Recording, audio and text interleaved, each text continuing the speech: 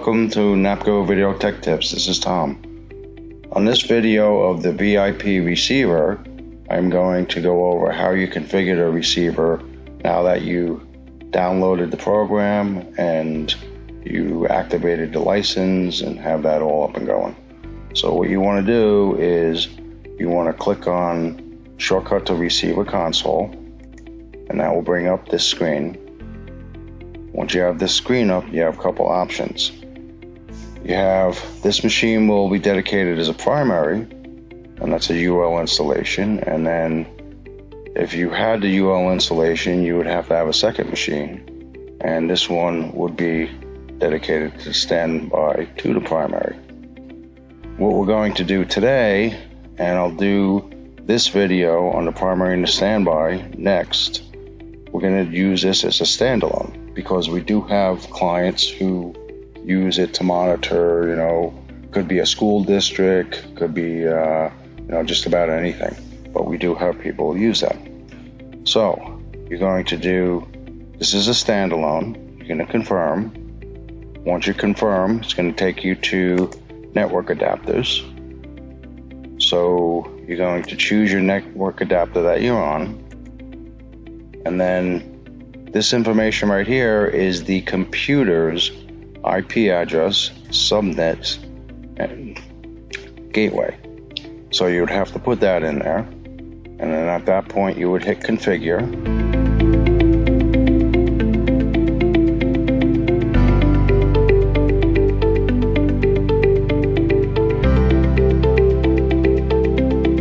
Okay, once you have your configuration up, you would just do close.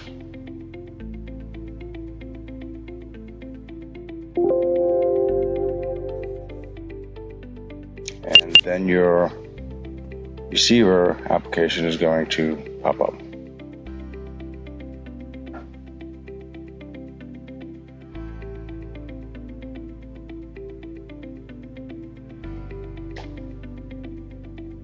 And ultimately what you should see is online.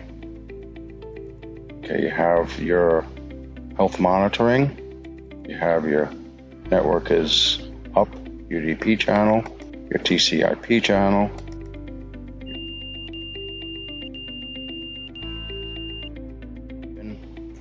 Now, right here is automation fail.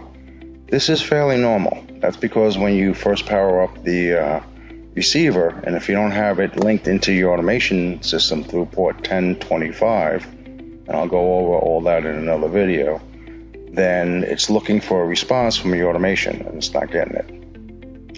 So at this point, you have a normal system up and going, you have it online. Another place you would want to go to is the receiver accounts.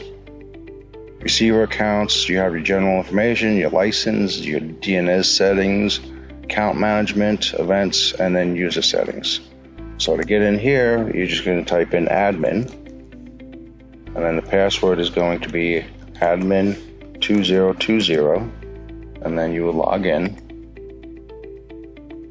Now, this will take you into your account management.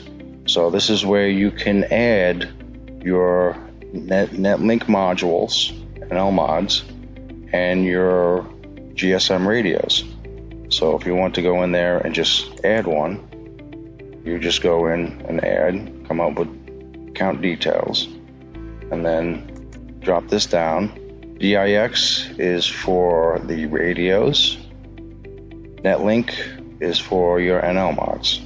So depending upon what you choose here, either this location is going to be a MAC address if it's an NL mod, or it's going to be a radio number if it's a radio. Then you have your device ID, which will populate when you put that in. You have your description, that's just the location or whatever you want to put in there as a description. You have your subscriber account numbers. Once you fill all that in, it's going to populate this. You have your DNIS code. So right now there's 3 available. Okay, I'm going to show you in a future video how to add in the radios and the NL mods and set up your DNIS settings.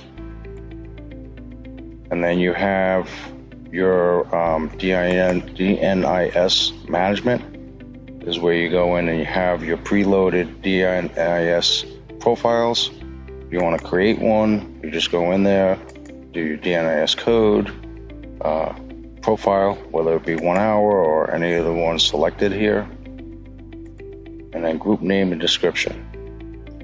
Another place that you would want to just go into if you have multiple users is this user settings. So the user settings, you can go in there and you can create multiple users. Put in a user ID, password, confirm the password, first, last name, operator, or whether it's an administrator, another administrator. And then the description is just an additional field for you. And at that point, you would just hit update. So that's really all I want to go over on this video, because the next video is going to be probably pretty long when I go through putting in users, putting in accounts, and setting up your DNIS profiles and all that stuff. So thank you for visiting NAPCO Tech Tips, and have a good day.